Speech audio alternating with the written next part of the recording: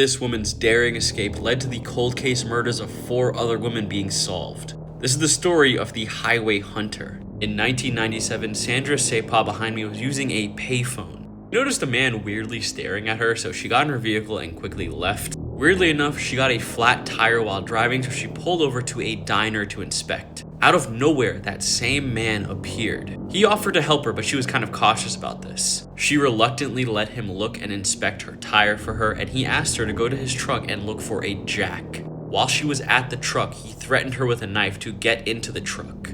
As he drove off with her, she decided to jump out into the middle of the road after a few minutes. She landed hard on the ground, and spooked by the escape, the guy decided to keep driving off. People nearby noticed her, police came quickly and took her to the hospital. She gave them a good description of the truck and the attacker. This eventually led to the attacker being found and being linked to 4 other victims' cases. The attacker's name was William Lewis Reese. The way he got the name Highway Hunters because he used the highways in Texas and Oklahoma to flee from the victims and get far away from the evidence. William Reese was released from prison in 1996, and in 1997 he started committing more and more crimes. Originally, he was put in prison for the sexual assault of 2 women, so when he got out of prison, he decided to just start murdering people. His first victim was a 12-year-old ballerina who went for a morning jog. William Reese Lewis became the first suspect, however, they didn't have any evidence to convict him. Sandra Sepa was the second victim, however, she got away. Kelly Cox was the next person to be a victim. She was a 20-year-old. She called her boyfriend to come pick her up. When he came there, she was nowhere to be found, and she failed to pick up her child from daycare.